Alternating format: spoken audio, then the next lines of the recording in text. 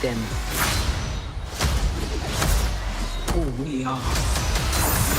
Black Panther, Wakanda Forever, the sequel to Chadwick Boseman's Black Panther, has been an enormous success. It was the perfect tribute to the man and has been such an emotional roller coaster from start to finish with no lack in action and adventure either. Considering there was already a script ready and filming of Black Panther 2 had begun, the fact that Ryan Coogler managed to alter the story and continue the franchise in the way that he did was truly a feat in its own right. Fans who watched the movie also reinforced this idea, often saying that the Black Panther legacy would live on just like the comics. In this video, we will mostly be talking about possible theories about the third installation because, well, the second movie just came out. So do keep in mind that we have very limited information, so take all of this with a grain of salt. Before we go into our explanation, we have a very small request. If you like our content, please support us by subscribing to our channel. This is a small click for you, but for us, it means a lot. Thank you. Let's begin.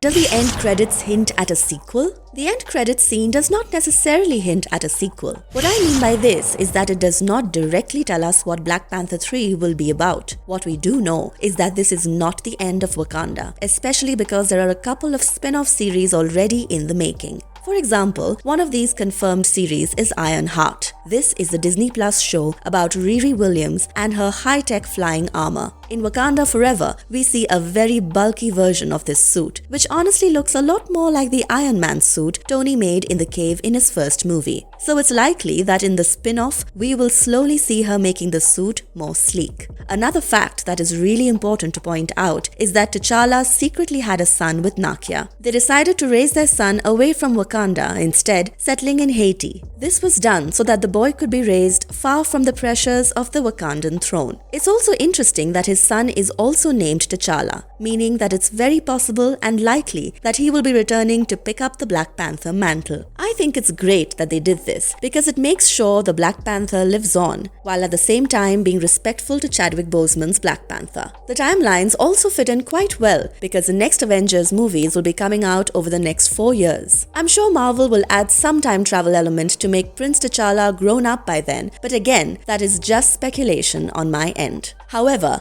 Marvel Studios' chief Kevin Feige has mentioned that he had not spoken to the Black Panther director Ryan Coogler about Secret Wars in any capacity. If this is true, then there are currently no connections between Wakanda Forever and the Avengers movies coming up. Then again, this could all very well change in the third Black Panther movie. There is a T'Challa alive in the world. Shuri is the current Black Panther, and we did see Killmonger in the ancestral plane in Black Panther 2. So clearly, Marvel has kept their options open and probably do want to continue this to some degree for sure. It's mostly just a question of how they want to go about it.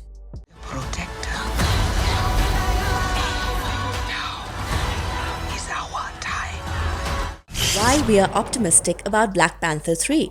We do know for certain that the producers and directors of Marvel Studios have discussed different ideas for Black Panther 3. However, if they follow their usual trend, then we won't know for sure until maybe a year later. However, it is extremely likely that there will be a third movie because the end of Wakanda Forever states that Black Panther will return. Now, it's just a question of how they plan on doing this. If we take note of the release dates set in the future by Marvel Studios, we know that there are several slots for movies releasing across 2025 and 2026. Since Wakanda Forever came out roughly 4 years after the first movie, it's possible that one of those slots are there for Black Panther 3. Then again, it could release even after that. In Wakanda Forever, we also see the return of Everett Ross as he gets saved from prison by Okoye. This could possibly mean a return for Valentina Allegra de Fontaine, the CIA chief who recruits super people for her teams and missions. However, we have no clue as to if this is going to be explored in the Black Panther franchise or if it just ties in with the other Marvel movies. Crossovers in the Marvel Cinematic Universe aren't exactly unheard of.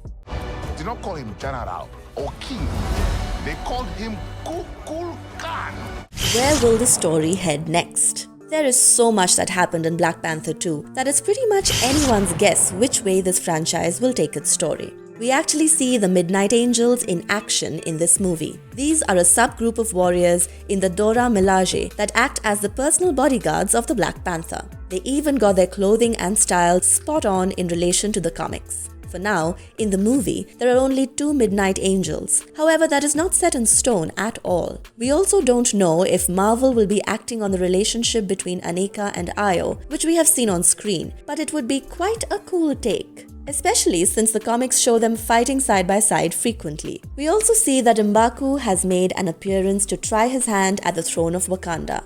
This could be an entire other arc, because if we go by the comics, this man wants Wakanda to regress back to primitive ways and has made many attempts to sit upon the throne. Considering that Queen Ramonda is now dead and Shuri not immediately present, it's possible that he could actually succeed, even if it would be temporary. Irrespective, in the comics he pretty much never manages to stay on the throne, let alone get on it. Which brings me to my next point, that this could hint towards M'Baku becoming the Man-Ape later on. Since this is all speculation, we can't really say if he will be there in the next Black Panther movie, or if there is going to be a spin-off series about him, or honestly even a couple of cameos. It would be interesting to see him being included in the universe though. We also know that Talokan and Wakanda may end up becoming allies, as they are the 2 nations that have enormous vibranium stores. It is well known that the entire world wants their hands on the superior metal, and it's very much possible that the USA, or any other superpower to be honest, could launch an attack on either of these countries for it. It is also sort of implied